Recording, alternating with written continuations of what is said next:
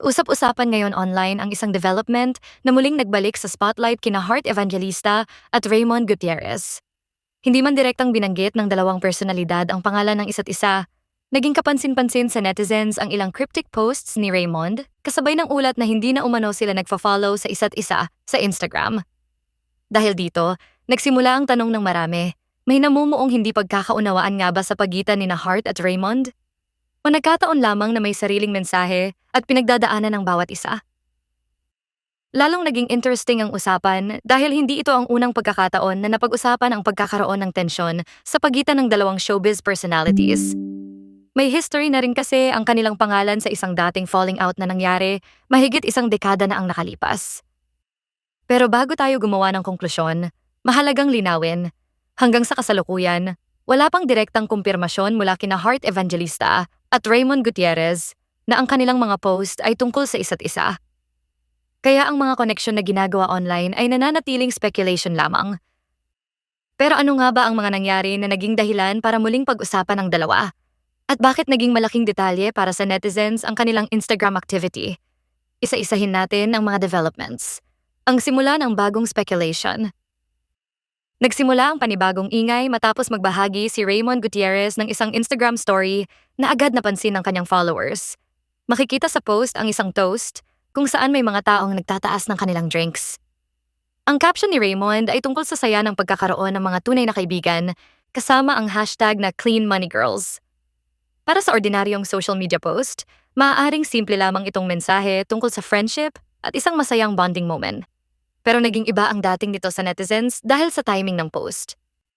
Bago nito, nagkaroon ng kontrobersya na kinasangkutan ng content creators na sina Mimi Uu at Esnir. Sa isang vlog, nagbiro ang dalawa tungkol sa kagustuhang maging isang nepo baby na nagmula sa Clean Money. Ang biro na yon ay nakakuha ng atensyon at naging dahilan para magkaroon ng reaksyon mula kay Heart Evangelista at sa kanyang camp. Dito nagsimulang maging mas komplikado ang sitwasyon. May ilang netizens na nag-speculate na ang mga pahayag sa vlog ay maaaring tumukoy kay Heart, particular na dahil kilala siya sa kanyang lifestyle, fashion career, at public image. Gayunpaman, mahalagang tandaan na ang interpretasyong iyon ay mula sa speculation ng mga netizens at hindi nangangahulugan na may kumpirmadong direktang pagtukoy kay Heart. Pero habang umiikot ang usapan online, lalo pang naging kapansin-pansin ang mga naging reaksyon mula sa mga taong malapit kay Heart. Isa rito ang kanyang longtime personal assistant na si Resty Roselle. Si Roselle ay naging vocal tungkol sa issue at tila binigyang kahulugan niya ang mga nasabing biro bilang may kaugnayan kay Heart. Dahil dito, lalong naging mainit ang diskusyon sa social media. At sa ganitong klaseng environment, mabilis talagang napapansin ng publiko ang kahit maliit na social media movement mula sa mga celebrity. Kaya nang mag-post si Raymond ng mensahe tungkol sa real friends, hindi na nakapagtataka na may ilang netizens na nagtanong kung may connection ba ito sa naunang issue. Pero muli, walang direktang pahayag mula kay Raymond na nagsasabing si Heart ang tinutukoy niya. Mas lumaki ang intriga dahil sa isa pang post. At hindi pa doon nagtatapos ang kwento. Pagkaraan nito, nagbahagi rin si Raymond ng isa pang Instagram story na may kaugnayan naman sa sitwasyon ng bansa matapos ang mga pagbaha. Sa kanyang post, binigyang pansin niya ang kalagayan ng mga Pilipino at inihambing ito sa mga taong mas nakatuon umano sa fashion at kung ano ang sale o hindi. Kasama rin sa kanyang mensahe ang panawagan para sa mas maayos na serbisyo mula sa mga public servant at kanilang mga pamilya. Muli, walang binanggit na pangalan si Raymond. Pero dahil may dating kwento si Heart tungkol sa isang insidenteng may kaugnayan sa pagsusuot niya ng isang sale na damit, may ilang netizens na muling nag-connect ng mga dots. At dito naging mas interesting ang lahat. Dati nang nagbahagi si Heart ng isang karanasan kung saan nakaramdam siya ng pangungutya dahil sa kanyang suot. Nangyari umano ito habang may guest appearance siya sa comedy talk show na Your Honor. Ayon sa kanyang naging kwento, may pumuri sa kanyang dress ngunit kasunod nito ay tinanong kung sale ang damit. Pagkatapos ay nagtawanan umano ang mga kasama nito. Para kay Heart, hindi niya nakita kung bakit kailangang maging issue kung ang isang damit ay binili ng nakasale. Natural lamang na maging relatable para sa marami ang ganitong experience. Sa fashion world, hindi naman automatikong nababawasan ang value ng isang outfit dahil lamang ito ay nabili sa discount. Pero nang ilabas ni Raymond ang kanyang post tungkol sa fashion, sale items, at kalagayan ng bansa, may ilang netizens na nag-isip na Baka may connection ito sa kwento ni Hart. Gayunpaman, wala ring kumpirmasyon na ang dalawang bagay ay may direktang relasyon. At ito ang mahalagang punto sa buong issue. Maraming maaring interpretasyon sa social media posts, lalo na kapag walang pangalan na binabanggit. Ang Instagram, unfollow na lalo pang nagpaingay sa issue. Kung hanggang cryptic posts lamang sana, maaring hindi gaanong lumaki ang usapan.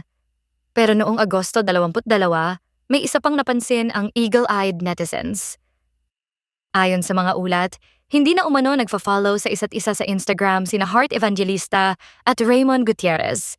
Para sa mga taong hindi sanay sa mundo ng celebrity social media, maaaring maliit na bagay lamang ito. Pero para sa fans at followers na matagal nang sumusubaybay sa kanilang relationship bilang magkakilala sa industriya, malaking detalye ito. Dahil kapag dalawang public figures na dati nang may history ng pagkakaibigan o pagkakalapit ay biglang napansing hindi na connected sa isang social media platform, natural lamang na magtanong ang publiko. May nangyari ba? May misunderstanding ba? May personal issue ba? O baka naman simpleng social media cleanup lang? Wala tayong sapat na impormasyon para masabi kung alin ang totoong dahilan. At hanggang sa oras ng ulat, hindi pa rin kinumpirma ni na Hart at Raymond na ang kanilang mga cryptic posts ay patungkol sa isa't isa. Kaya kahit maraming theories ang umiikot online, hindi pa rin tama na ituring ang mga yon bilang established facts. Pero dahil showbiz personalities sila, alam naman natin kung gaano kabilis lumaki ang isang maliit na social media detail. Isang caption, isang unfollow, isang Instagram story, at biglang nagiging malaking topic sa entertainment community. May history na ang dalawa. Ang isa pang dahilan kung bakit mas naging intriguing ang current situation ay dahil hindi ito ang unang pagkakataon na nalink ang pangalan ni na Hart at Raymond sa isang falling out. May naitala ng insidente noong 2011 na kinasangkutan ng kanilang respective mothers. Sa panahong iyon, naging komplikado ang relasyon ni na Cecilia Ongpauco at Annabel Rama. Si Annabel Rama ay nagsilbi ring co-manager ni Hart noon. Dahil dito, nagkaroon ng sitwasyon kung saan nadamay sa tensyon ang kanilang mga anak. At hindi lamang ito nanatili bilang behind-the-scenes issue. Noong panahong iyon, naging kapansin-pansin ang pagpapalitan ng mga cryptic na pahayag at innuendos ni na Hart at Raymond sa telebisyon. Nabanggit ang kanilang appearances sa Party Pilipinas at Showbiz Central, kung saan naging bahagi ng entertainment news discussions ang kanilang mga pahayag. Sa isang pagkakataon, sinabi ni Hart na mas gusto niyang diretsahang sabihin ng taong may issue sa kanya ang kanyang pangalan kaysa magparinig. Ang sentiment na yon ay madaling maintindihan. Sa showbiz, napakaraming bagay ang maaaring ma-misinterpret kapag puro indirect statements ang ginagamit. Kapag may nagsabing, may mga taong ganito, natural na magtatanong ang audience kung sino ang tinutukoy. At kapag may celebrity na kilalang kilala ng publiko, mabilis ding magkaroon ng speculation. Kaya naman nang magkaroon muli ng cryptic posts ngayon, hindi maiiwasan ng ilang netizens na maalala ang nangyari noong 2011. Parang may old chapter na biglang nabuksan ulit. Pero mahalagang sabihin na ang pagkakaroon ng dating falling out ay hindi automatikong nangangahulugan na ganun din ang nangyayari ngayon. Maaaring iba ang sitwasyon. Maaaring unrelated ang mga post. At maaaring may personal na dahilan ang bawat isa na hindi naman kailangang malaman ng publiko. Bakit agad nag-connect ang netizens? Sa social media, lalo na sa celebrity culture, may tinatawag na reading between the lines. Kapag walang direktang pangalan, minsan ay hinahanap ng mga followers ang context. Ano ang nangyari bago ang post? Sino ang involved sa mga recent controversies? May previous history ba ang mga taong maaring konektado? At may timing ba na maaring magmukhang significant? Sa case ni na Hart at Raymond, maraming elemento ang nagsabay-sabay. Una, nagkaroon ng issue tungkol sa clean money remark. Pangalawa, naging vocal ang isang taong malapit kay Hart tungkol dito. Pangatlo, naglabas si Raymond ng post tungkol sa real friends. At pagkatapos, nagkaroon naman siya ng post tungkol sa fashion, sale, public servants at kalagayan ng bansa. Then, napansin naman ng netizens ang reported Instagram unfollow sa pagitan ni na Hart at Raymond. Kapag pinagsama-sama ang lahat ng yon, madaling maintindihan kung bakit naging topic ito. Pero ang problema sa social media speculation ay maaring magkaroon ng conclusion kahit wala pang direct evidence. At dito kailangang maging maingat ang audience. Hindi lahat ng cryptic post ay patama. Hindi lahat ng unfollow ay away. At hindi lahat ng timing ay nangangahulugang may hidden message. Maaari ring may mga bagay na personal at unrelated sa mga issue na pinag-uusapan online. Ang side ni Hart. Para naman kay Hart Evangelista, hindi bago sa kanya ang pagkakaroon ng malaking public attention sa kanyang mga personal na karanasan. Bilang isang actress, fashion personality, at public figure, matagal na siyang sinusubaybayan ng publiko. Kaya kapag may statement or event na maaaring may ugnay sa kanya, mabilis itong nakakarating sa social media discussions. Sa nakaraang issue tungkol sa clean money remark, naging bahagi rin ng usapan ng kanyang camp. At dahil dito, naging sensitibo rin ang interpretation ng ilang netizens sa mga sumunod na social media posts. Pero hanggang ngayon, walang kumpirmadong pahayag mula kay Hart na nagsasabing ang mga posts ni Raymond ay tungkol sa kanya. Wala ring direktang confirmation mula sa kanya tungkol sa sinasabing kasalukuyang rift. Kaya kung may makikita mang comments na nagsasabing confirmed na may away sila, mas ligtas na ituring yon bilang opinion o speculation lamang hanggat walang direktang pahayag mula sa involved personalities. Ang side ni Raymond. Ganito rin ang sitwasyon kay Raymond Gutierrez. Ang kanyang posts ay maaaring basahin sa maraming paraan. Ang mensahe tungkol sa real friends ay maaaring literal na tungkol sa friendship. Ang post tungkol sa flooding at public servants ay maaaring expression lamang ng kanyang concern tungkol sa kalagayan ng bansa. At ang pagbanggit sa fashion at sale ay maaaring general observation. Walang direktang statement na nagsasabing ang mga ito ay para kay Hart. Kaya mahalagang huwag maglagay ng salita sa bibig ng isang celebrity na hindi naman niya sinabi. Sa entertainment news, malaking bagay ang distinction sa pagitan ng sinabi niya at iniisip ng netizens na ibig sabihin nito. Magkaiba ang dalawa. Pero bakit malaking bagay ang unfollow? Sa kasalukuyang panahon, social media has become part of celebrity relationships. Ang follow, unfollow, like, comment, tag at story view ay minsan ay napapansin ng fans na parang clues. Kaya kapag may celebrity na biglang hindi na nakikita sa following list ng isa't isa, natural na mapansin niyon ng mga followers. Pero hindi rin ito automatic proof ng conflict. May mga taong naglilinis ng kanilang social media accounts. May mga nagbabago ng boundaries, may mga nag-a-adjust ng privacy, at may mga pagkakataong personal lamang ang dahilan. Kaya kahit ang unfollow ay isang factual social media observation kung tunay na nangyari, hindi nito automatikong ipinapaliwanag kung bakit nangyari iyon. Ang dahilan ay nananatiling hindi kumpirmado, at iyon ang pinakamahalagang distinction sa issue ngayon. Ang pagbalik ng 2011 issue. Marahil ang pinaka-interesting na bahagi ng kwento ay kung paano bumabalik sa conversation ang isang lumang issue. Noong 2011, naging public ang tensyon na may kaugnayan sa kanilang mga ina. May mga cryptic na pahayag, may mga parinig, at may mga moments sa television na naging bahagi ng showbiz headlines. Ngayon mahigit isang dekada ang lumipas, muling napag-uusapan ang pangalan ni Hart at Raymond dahil sa social media activity. Hindi man pareho ang circumstances, pareho ang isang elemento. May mga pahayag na binabasa ng publiko bilang posibleng indirect messages. At dito makikita kung gaano kalakas ang memory ng showbiz audience. Kapag may celebrity feud na dating naging malaking issue, madaling maalala yon kapag may bagong development na mukhang similar. Pero dapat pa ring iwasan ang assumption na inuulit lamang ng dalawang personalidad ang nakaraan.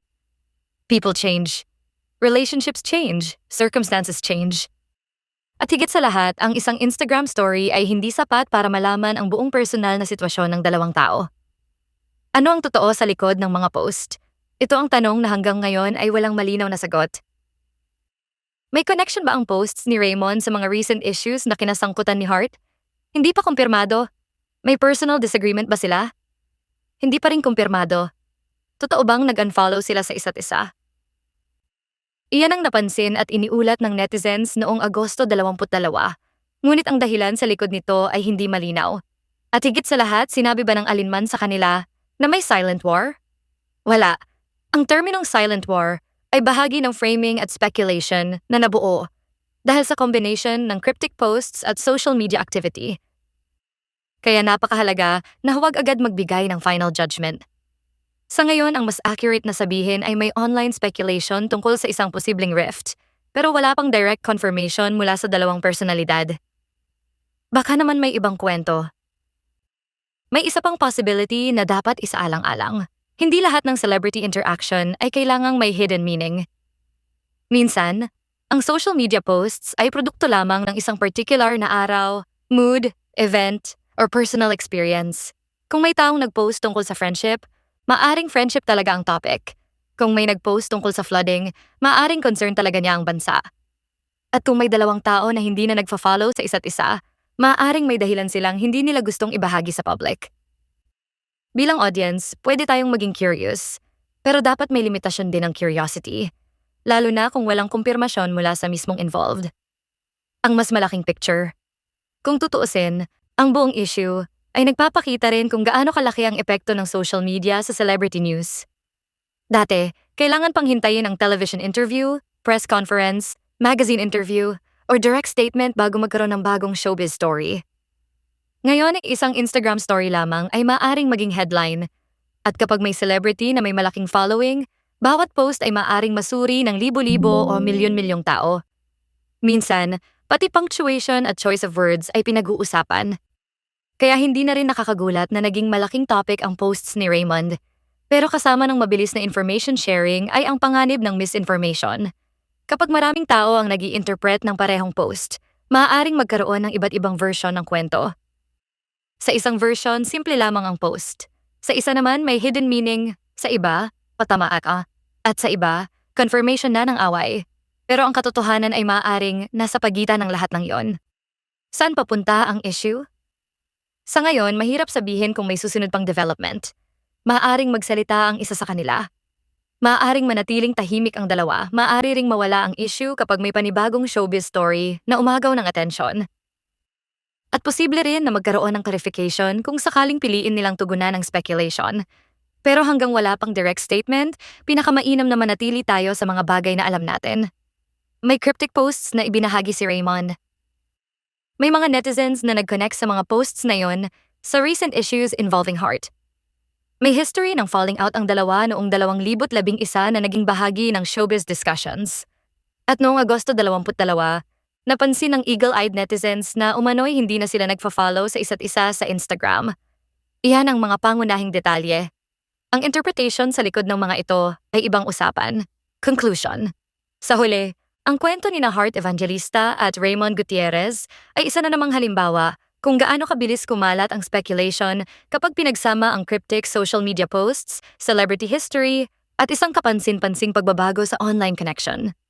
Hindi maikakaila na naging interesting para sa fans ang mga nangyari, lalo na dahil may history na ang dalawa mula pa noong 2011. Kaya nang mapansin ang mga bagong posts ni Raymond at ang reported unfollow nila sa isa't isa, natural lamang na maraming tao ang nagtanong kung may bagong hindi pagkakaunawaan. Pero hanggang ngayon, wala pang direktang kumpirmasyon mula kina Heart at Raymond na ang mga post ay para sa isa't isa o na mayroon ngang bagong rift sa pagitan nila. Kaya sa halip na agad gumawa ng konklusyon, mas makabubuting hintayin kung may magiging pahayag mula mismo sa mga taong involved. Dahil sa showbiz, hindi lahat ng nakikita natin online ay kumpletong kwento. Minsan, may context na hindi nakikita ng publiko at may mga personal na dahilan na pinipiling manatiling pribado. Ang tanong ngayon, may susunod pa bang development sa pagitan ni Heart at Raymond o matatapos din ang usapan na ito nang walang direktang confrontation?